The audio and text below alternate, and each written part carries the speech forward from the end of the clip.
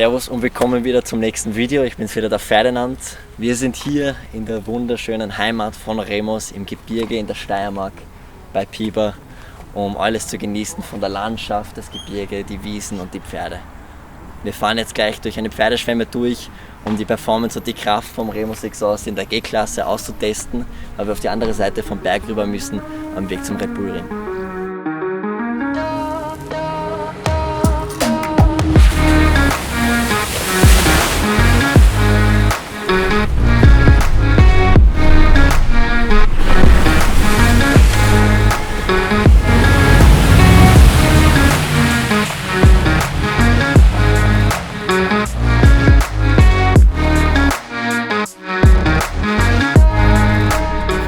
Zuschauer, die es nicht wissen, Remus ist stationiert in der Steiermark, einer der schönsten Gegenden in Österreich natürlich. Und ich bin natürlich ein Landei, komme aus Salzburg, nicht die Steiermark, Salzburg, aber genieße es genauso viel, wenn ich mal aus der Stadt heraus kann.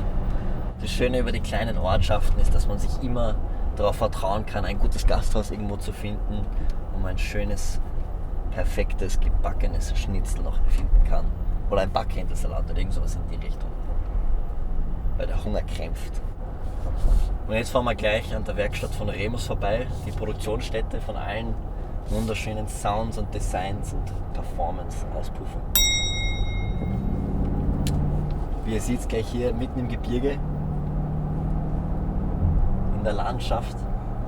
Und da ist auch die Teststrecke, wo sie alles durchtesten.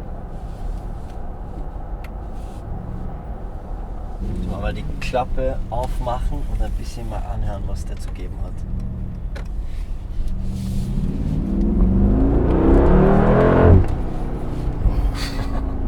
Das hört sich schon mal gut an.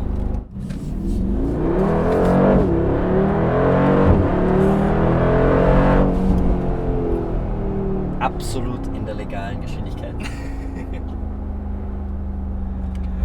Das hört sich nur so gut an und so schnell, weil es ein Remus-Auspuff ist. Kann man machen.